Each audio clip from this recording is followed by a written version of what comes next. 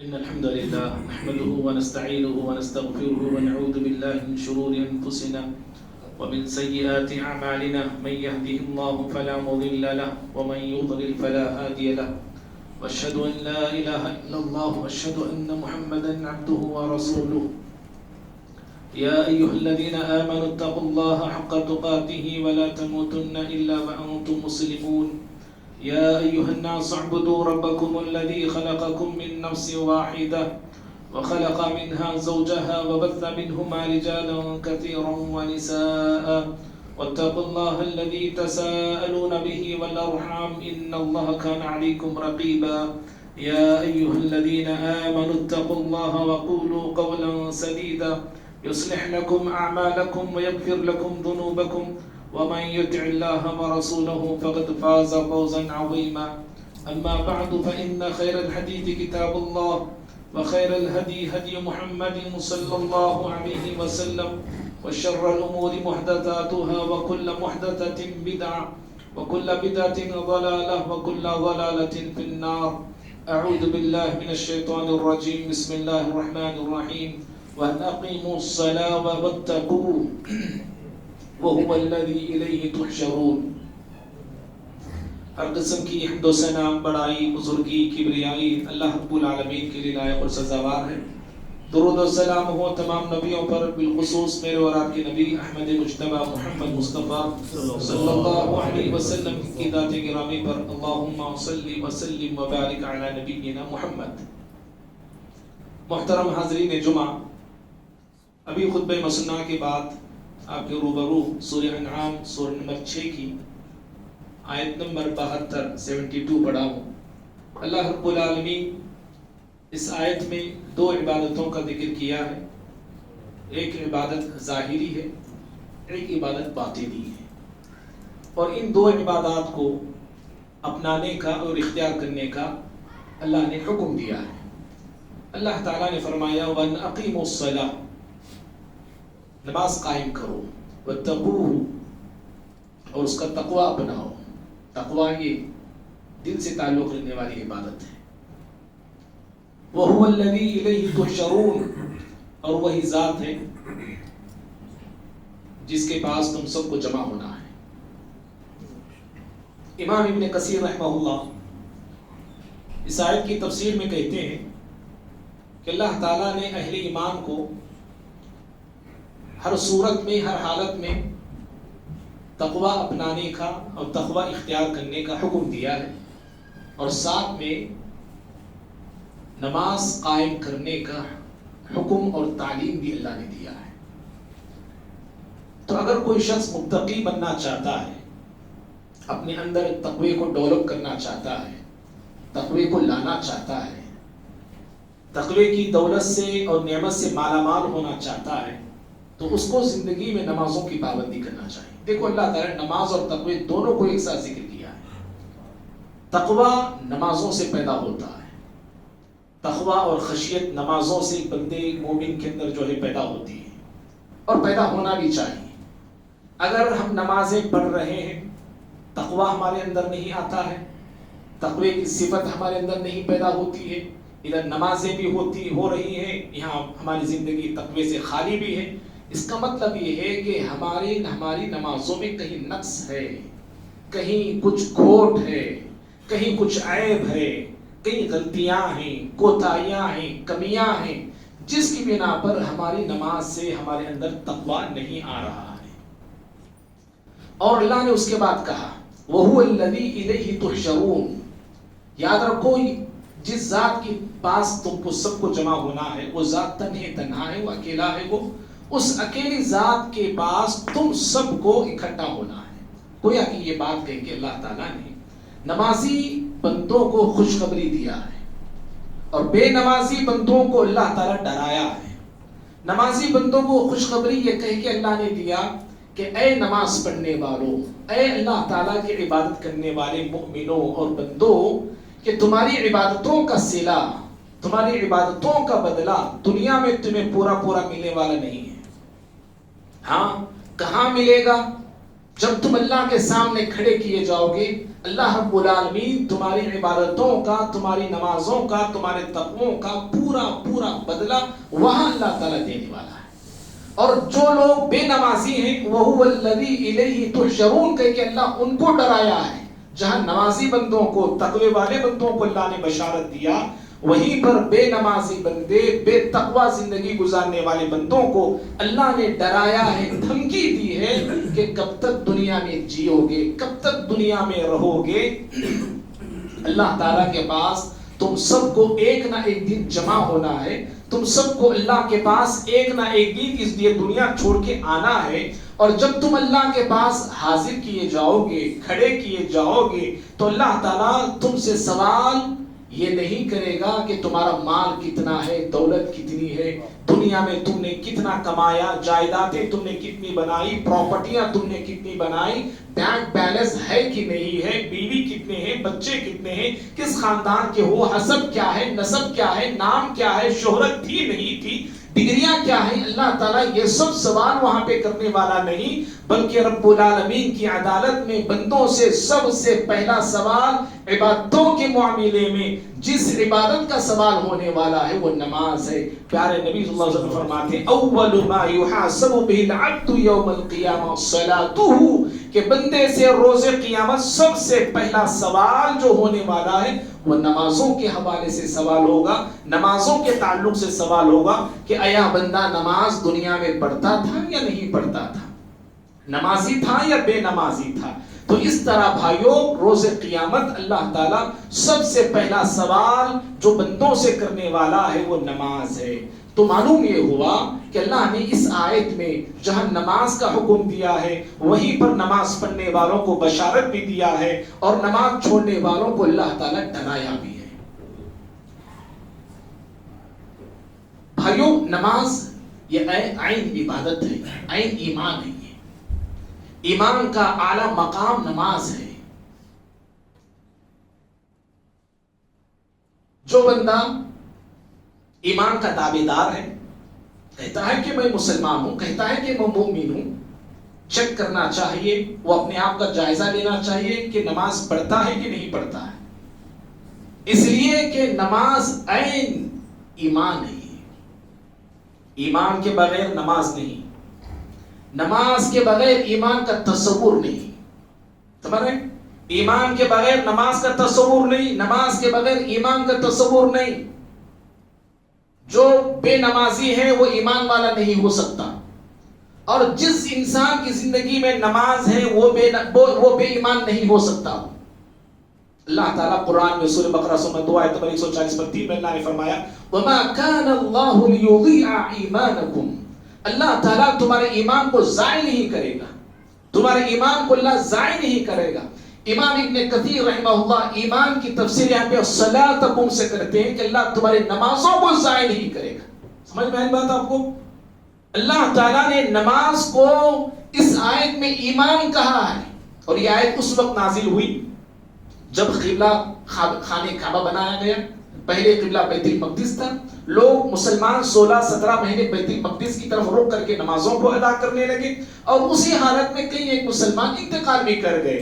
جب قبلہ بدل گیا، جب قبلہ بیت المقدس سے خانہ کعبہ بنا دیا گیا، تو بعض لوگ یہ اعتراضات کرنے لگے کہ جو لوگ بیت المقدس کی طرف رخ کر کے نماز پڑھتے ہوئے دنیا سے چلے گئے ہیں، کیا ان کی نمازیں بیکار ہو گئی؟